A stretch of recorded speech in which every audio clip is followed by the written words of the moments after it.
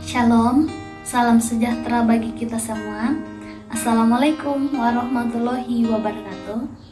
Perkenalkan, nama saya Yulfriska Masak Paimbonan, mahasiswa Universitas Kristen Indonesia Toraja dari Fakultas Ekonomi, jurusan Manajemen dengan stambuk 219411403. Dalam presentasi kali ini, saya akan mencoba menjelaskan secara singkat tentang perkembangan demokrasi di Indonesia. Berikut penjelasannya. Perkembangan demokrasi di Indonesia. Pengertian demokrasi. Demokrasi adalah sistem pemerintahan yang berasal dari rakyat, dijalankan oleh rakyat dan ditujukan untuk rakyat. Demokrasi adalah sistem pemerintahan di mana kekuasaan atau kedaulatan tertinggi berada di tangan rakyat. Di Indonesia sendiri, pelaksanaan demokrasi telah mengalami perubahan sebanyak 4 kali. Perjalanan demokrasi di Indonesia dimulai pada masa Orde Lama, yaitu sejak Indonesia merdeka. Pada masa Orde Lama, sistem demokrasi yang digunakan ada 2, yaitu demokrasi liberal dan demokrasi terpimpin. Kemudian memasuki masa Orde Baru, sistem demokrasi yang digunakan adalah demokrasi Pancasila, dan pada era reformasi dengan sistem demokrasi Pancasila yang telah disempurnakan dan berlaku dari tahun 1998 hingga sekarang. Demokrasi liberal. Demokrasi ini berlaku pada masa Orde Lama di bawah pimpinan Presiden Insinyur Soekarno dan berlangsung dari tahun 1945 hingga tahun 1959. Ciri-ciri dari demokrasi ini adalah yang pertama, Presiden dan Wakil Presiden tidak dapat diganggu-gugat.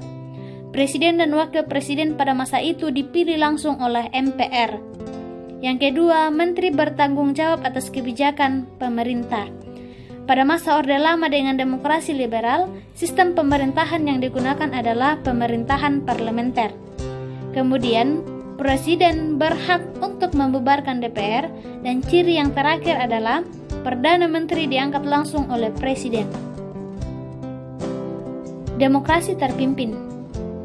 Demokrasi ini berlangsung dari tahun 1959 hingga tahun 1965.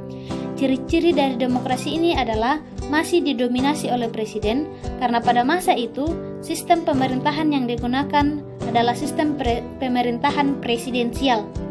Yang kedua, terbatasnya peran partai politik, meluasnya peran militer sebagai unsur politik, berkembangnya pengaruh Partai Komunis Indonesia atau PKI, penyatuan TNI dan kepolisian dalam ABRI atau Angkatan Bersenjata Republik Indonesia, dan yang terakhir pembubaran beberapa partai politik seperti Masyumi, PSI, Murba, dan BPS.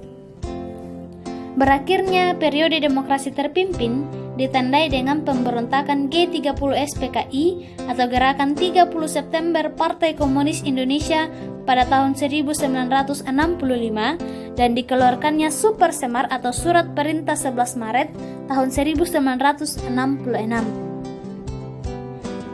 Kemudian memasuki masa Orde Baru di bawah pimpinan Presiden Soeharto yang menjabat selama 32 tahun.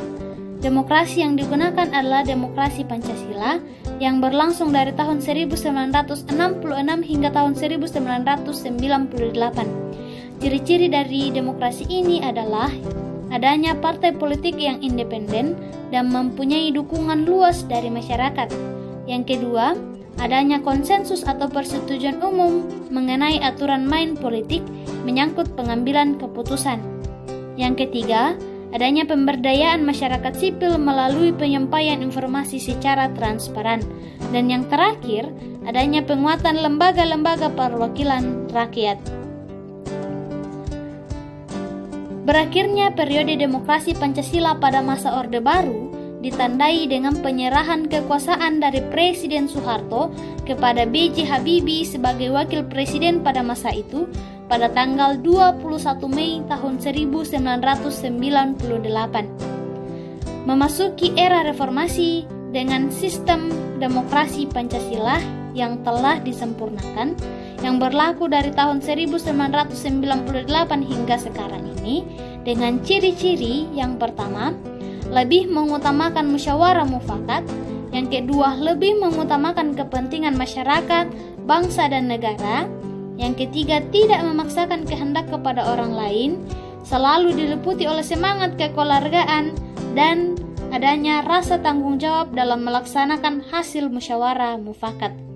Pelaksanaan demokrasi Pancasila berdasarkan nilai-nilai yang terkandung dalam Pancasila. Berdasarkan penjelasan mengenai perjalanan demokrasi yang telah saya jelaskan secara singkat, masa depan demokrasi Pancasila di Indonesia yaitu, apabila kita melihat kondisi Indonesia saat ini, kondisinya jauh lebih baik dibanding masa-masa sebelumnya. Pemerintah telah mengupayakan berbagai cara agar negara Indonesia dapat menjadi negara maju seperti negara-negara lainnya. Berbagai kebijakan telah dikeluarkan pemerintah untuk meningkatkan kesejahteraan dalam kehidupan masyarakat. Contohnya adalah dengan menggratiskan biaya pendidikan dari tingkat SD hingga tingkat SMA, adanya Kartu Indonesia Pintar bagi siswa-siswi dan mahasiswa di seluruh Indonesia, Kartu Prakerja bagi lulusan sarjana yang belum memiliki pekerjaan, kemudian PKH dan berbagai bantuan lainnya yang telah diupayakan oleh pemerintah untuk meningkatkan kesejahteraan dalam masyarakat.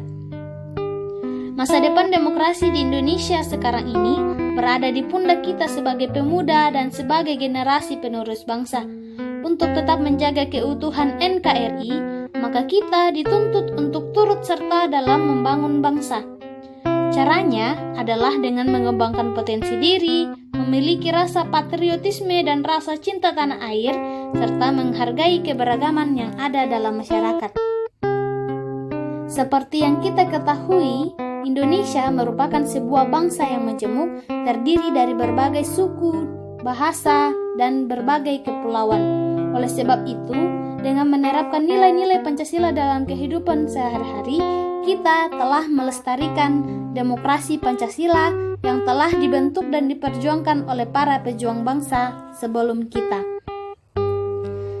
Demikian presentasi saya. Semoga dapat bermanfaat dan menambah wawasan kita. Selamat beraktivitas dan salam sehat. Terima kasih.